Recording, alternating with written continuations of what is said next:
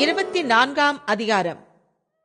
வாரத்தின் முதலாம் நாள் அதிகாலையிலே தாங்கள் ஆயத்தம் பண்ணின கந்த வர்க்கங்களை அவர்கள் எடுத்துக்கொண்டு வேறு சில ஸ்திரீகளோடும் கூட கல்லறையினிடத்தில் வந்தார்கள்.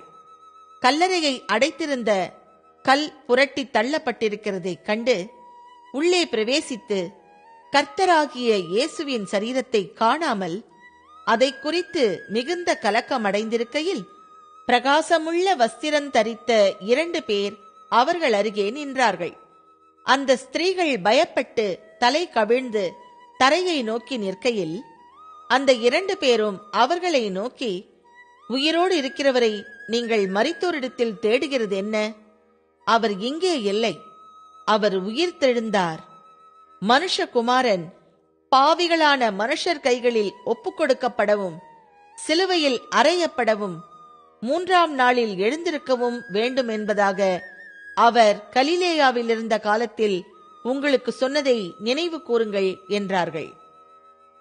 அப்பொழுது அவர்கள் அவருடைய வார்த்தைகளை நினைவு கூர்ந்து கல்லறையை விட்டு திரும்பி போய் இந்த சங்கதிகளை எல்லாவற்றையும் 11 மற்றெல்லாருக்கும் அறிவித்தார்கள்.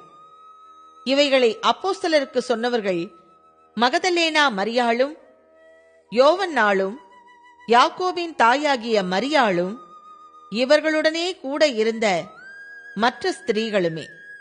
இவர்களுடைய வார்த்தைகள் அவர்களுக்கு வீண் பேச்சாக தோன்றினதினால் அவர்கள் இவர்களை நம்பவில்லை. பேதுருவோ எழுந்திருந்து கல்லறையினிடத்திற்கு ஓடி அதற்குள்ளே குனிந்து பார்க்கையில் சீலைகளை தனிப்பட வைத்திருக்க கண்டு சம்பவித்ததை குறித்து தன்னில் ஆச்சரியப்பட்டு கொண்டு போனான். அன்றைய தினமே அவர்களில் 2 பேர் எருசலேமுக்கு 7 அல்லது 8 மைல் தூரமான எம்மாவு என்னும் கிராமத்துக்கு போனார்கள். போகையில் இந்த வர்த்தமானங்கள் யாவையும் குறித்து அவர்கள் ஒருவரோடு ஒருவர் பேசிக்கொண்டார்கள். இப்படி அவர்கள் பேசி சம்பாஷித்துக் கொண்டு இருக்கையில் இயேசு தாமே சேர்ந்து அவர்களுடனே கூட நடந்து போனார். ஆனாலும் அவரை அறியாதபடிக்கு அவர்களுடைய கண்கள் மறைக்கப்பட்டிருந்தது.